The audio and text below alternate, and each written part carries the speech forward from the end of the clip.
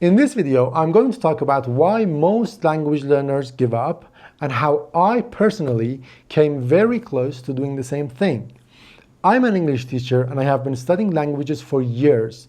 I have studied 7 languages, including English, French, Spanish, Chinese, Japanese, Greek, and Hindi.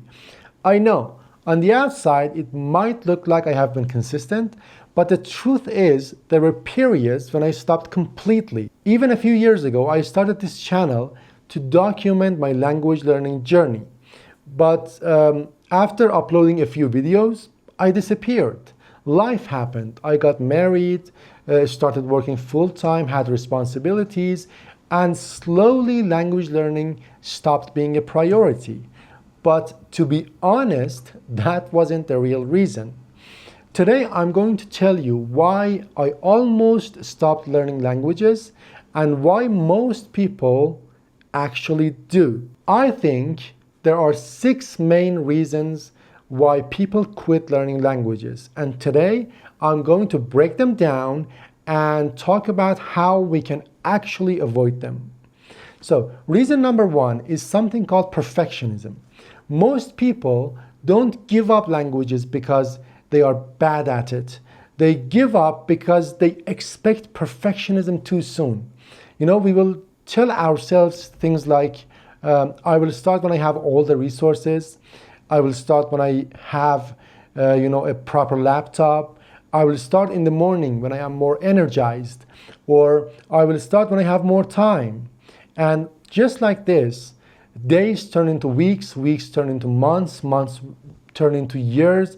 And one day you open your eyes and you realize that you have wasted years of your life waiting for the perfect moment, for the right moment to start, while someone else has been putting in half the effort with half the resources and is getting outstanding results. I did the same thing. I kept waiting for the perfect moment, the perfect resources, and the perfect setup. And now I'm 31 years old, and I can tell you confidently that that perfect moment never came. At some point, I realized that fluency doesn't come from, being perfect, but it comes from showing up every day, even imperfectly. I realized that progress, that real progress, is messy. It includes bad pronunciation, forgotten words, and awkward moments. And that's exactly why I decided to come back. But not as a perfect polyglot, but as a real learner. Reason number 2 is being impatient. Many people, when they start learning a language, they expect to be fluent in 6 months or a year. We see fluent in 30-day promises everywhere. And, unconsciously, we start believing them. And as a result of that, we stop celebrating small, everyday, victories in language learning. And we wait to celebrate fluency someday. And just like that, 6 months pass, a year passes by, and suddenly we realize that we are still so far away from the picture, from the image that we had in our head. So you have to know that language learning is not fast. It is not linear. You have to show up every day and put in the work and be patient with your progress. One baby step at a time. And remember, those who succeed in language learning are not the most talented.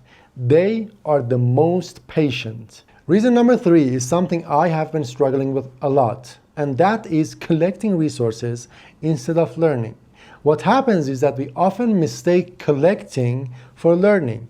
We actually feel more productive when we download a new app or buy a 500-page grammar book.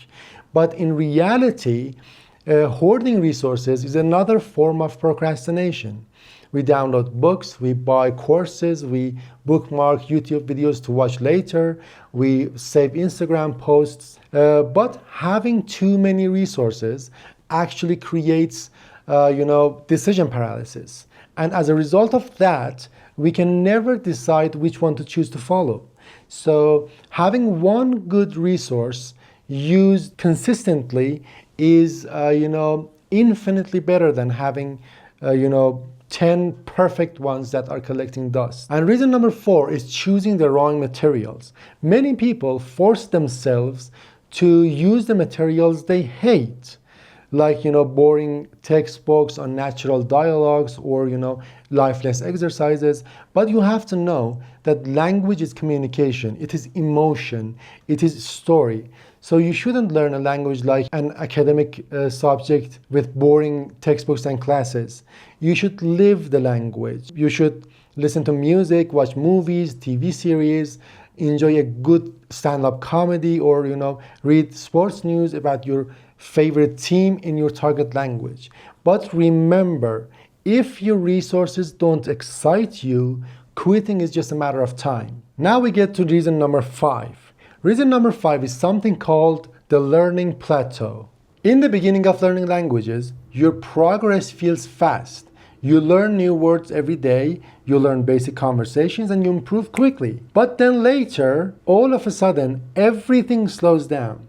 You study for hours, for days, for weeks, but you don't feel any progress. This is where many learners quit. But here's the reality. This is the silent growth phase. Your brain is actually organizing the data. Progress is happening just invisibly. In this stage, the learners who continue studying and using the language regularly eventually move past the plateau and experience noticeable progress again. And these are the ones who eventually become fluent. Now it's time for reason number 6. And the 6th reason is deeper than techniques and resources. It's our psychology and physiology. A.J. Hogue, the creator of Effortless English, talks a lot about this, that when we are stressed, anxious, or afraid of making mistakes, our brain literally blocks learning. Children learn languages easily, not because they are smart, but because they're relaxed, playful, and emotionally safe. If your learning environment is full of pressure, self-judgment, and constant comparison, your progress will suffer, no matter how good your method is. A.J. Hogue talks about this, that 80% of success is psychology and 20% is the resources and books that you use. Most learners study while tired, bored, or sitting slouched. The fact is that your physiology affects your memory.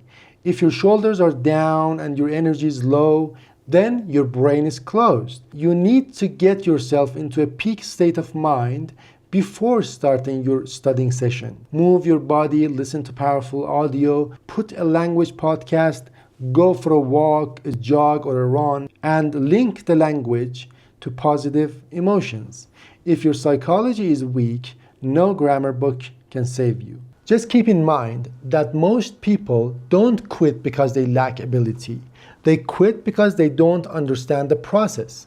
So, if you can let go of perfection, if you can be patient, if you can simplify your resources, if you can choose enjoyable materials and survive the plateau, and if you can protect your mental state, then quitting is almost impossible.